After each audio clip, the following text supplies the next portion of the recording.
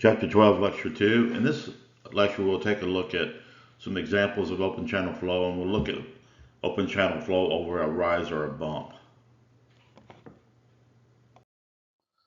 So first of all, let's take a look at a review problem from the last lecture. So here we have water flowing steadily in a 0.4 meter wide rectangular open channel at a rate of 2.2 cubic meters per second. The flow depth is 0.15 meters. Determine the flow velocity and if the flow is subcritical or supercritical. Also determine the alternate flow depth if the character of the flow were to change. So here's a graphic of the problem at hand. It shows the width of the channel and the height of the channel, and it shows the flow rate. So from this, we can calculate the average flow velocity and determine it's 3.33 meters per second. So this is just the flow volume divided by the area. Then we can use our formula for the critical depth and calculate the critical depth as 0.294 meters. Therefore, this flow is supercritical since the flow depth is 0.15 meters and that depth is less than the critical depth. Another way to calculate the flow, we can remember, is calculate the Froude number. So we can use our formula for the Froude number and calculate the Froude number to be 2.75.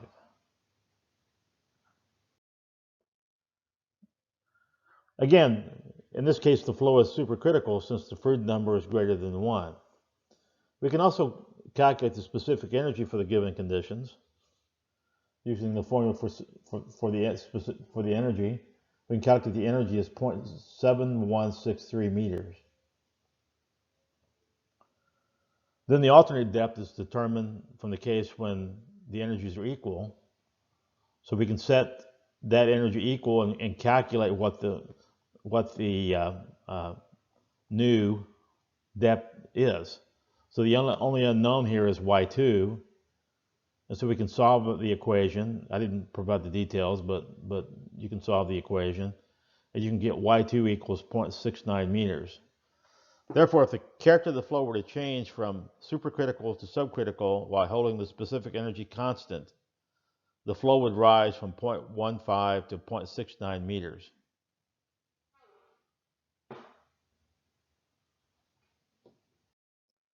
So in this lecture, let's take a look at open flow channel over a rise or a bump in the channel.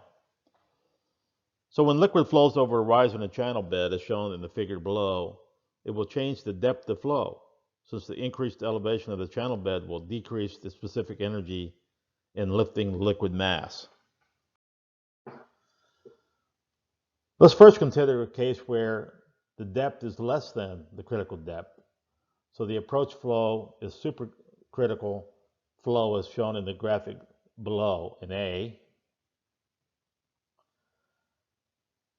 As the flow passes over the rise, the liquid is lifted. So as shown in the energy graph, the depth of flow will increase from y1 to y2.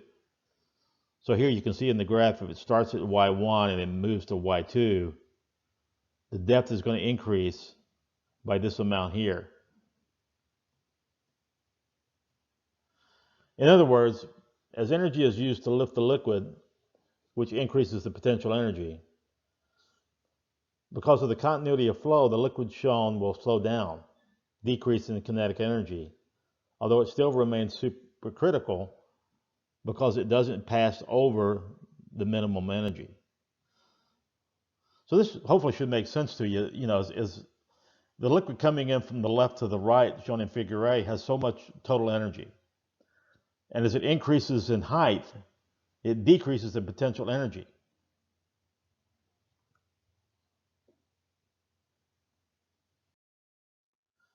Now let's look at the other case where we consider where the depth is greater than the critical depth. So in this figure on the right here, we're above the critical depth. We start at a depth of y1. So as in the case of subcritical flow, after passing the rise, there is a decrease in depth of flow, decrease in potential energy from y1 to y2, which causes the velocity of the flow to increase. In other words, it increases the kinetic energy. However, subcritical flow will still prevail because you don't pass over the hump. You go from 1 to 2. So what happens now if you put a rise or a bump in the channel? So if you have a rise or a bump, there will be a limit by which the energy can decrease in lifting the fluid. It can only go down by the amount of the minimum energy. So for example, if you start here at 1, you can only decrease to the minimum energy. You can't go any lower than that. So if a rise occurs and the bump is designed properly, specific energy can follow around the nose of the curve, and the flow will therefore change, for example, from supercritical to subcritical. So you can actually go from 1, go to the minimum, which is the lowest you can go, and end up at 2.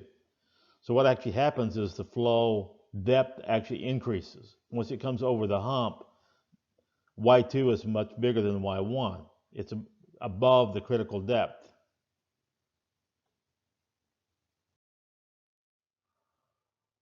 So let's take a look at an example. This is example 12.4.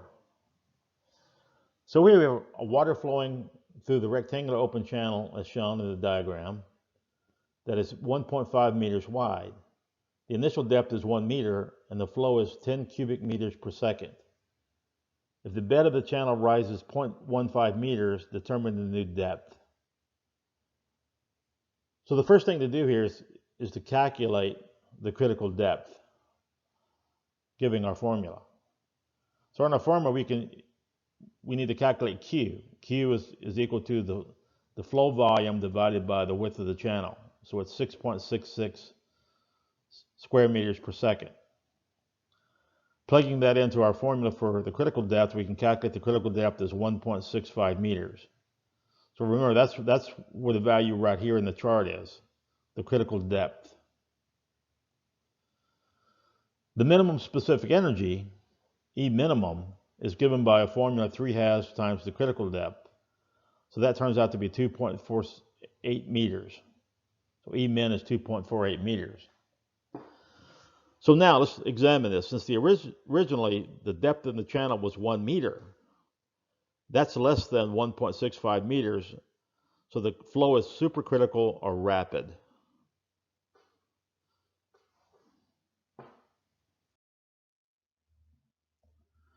Now let's continue the example and imagine what happens when the water comes up to the rise, to the 0.015 meter rise.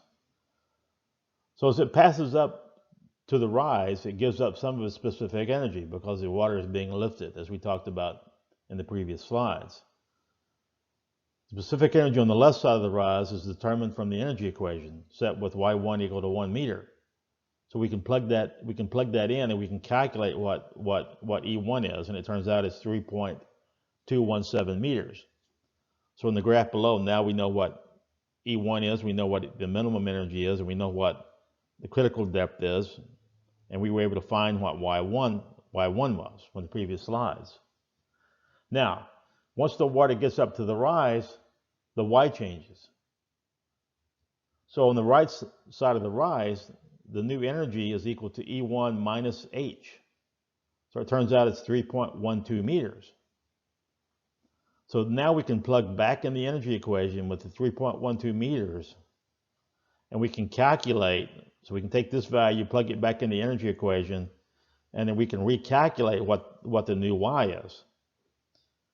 When we do that, we come up with a cubic polynomial to solve. So we end up with 3 roots. We end up with a root of Y2 is equal to 2.83 meters. Y2 is equal to 1.05 meters. And Y2 is equal to minus 0.764 meters. Well, obviously the one that's a negative is unrealistic. We can scratch off this one. It's not physical. But how do we know which one of the other ones is?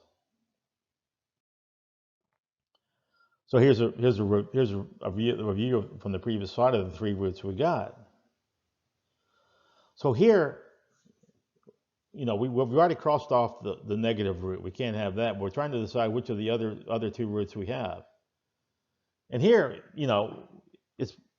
here's how you determine it. The flow must remain supercritical because it cannot have less energy than the minimum energy, which is 2.48 meters. That's just being lifted. In other words, the specific energy E is confined between 3.12 meters and 3.27 meters. So therefore, the only possibility is for the new depth to be 1.05 meters.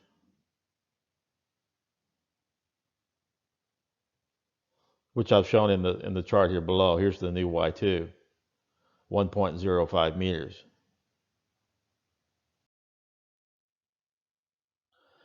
So let's look at another example. Here we have water flowing through the channel shown in the figure below that has a width of 3 feet.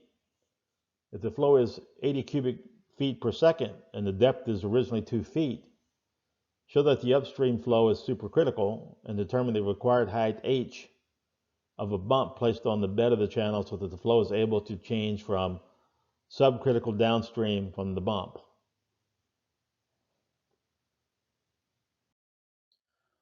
So the first thing we can do is calculate the Q value, which we've done before. We find it's 26.67 square feet per second. We can calculate the new critical depth, 2.81 feet. And from that, we can determine that before the bump, the flow is supercritical, since the depth 2 feet is less than the 2.81 feet. We can also calculate the minimum specific energy, 3/2 the critical depth, 4.21 feet. So you can see how, in these examples, we're always sort of doing the same sort of thing. Calculate Q, calculate YC, calculate the minimum energy.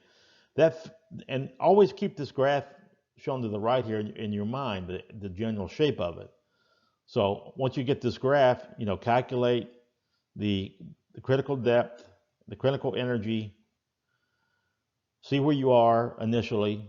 Are you above that? Are you below that? Is the flow supercritical? Is the flow subcritical? And then, then worry about what happens downstream. So let's look at, in general here, that's all this flow is, we know what the flow is before the bump. Now we're trying to figure out what happens after the bump. So in general, the specific energy for the flow is given by the following equation. So we can plug in the Q, we can plug in the G. Remember, we're in feet here, so we got to use 32.2 foot per second squared. We can get a general equation for the energy. So let's see if we can answer the question posed in the problem. So at a depth of 2 feet, we calculated the energy to be 4.76 feet. So on our energy chart, here we are. Here's our 4.76 feet. Here's the minimum critical depth. Here's the minimum energy. So the question we want to ask, or we were tasked to ask, would be at the alternate depth. How high would this bump have to be so that when the water flowed over the hump, the water level would rise up to the new depth that had the same energy as initially. So we know what that is. That's 4.76. That's the energy. So we can substitute back into the energy equation and calculate what the new y would be. So again, we end up with a cubic polynomial to solve. One of the roots is obviously negative, so it's unrealistic. We get one root that we already know. That's the 2 feet one. So the new depth would be 4.11 feet. Now, how do we know what the depth is? Well, we can just look at it and see.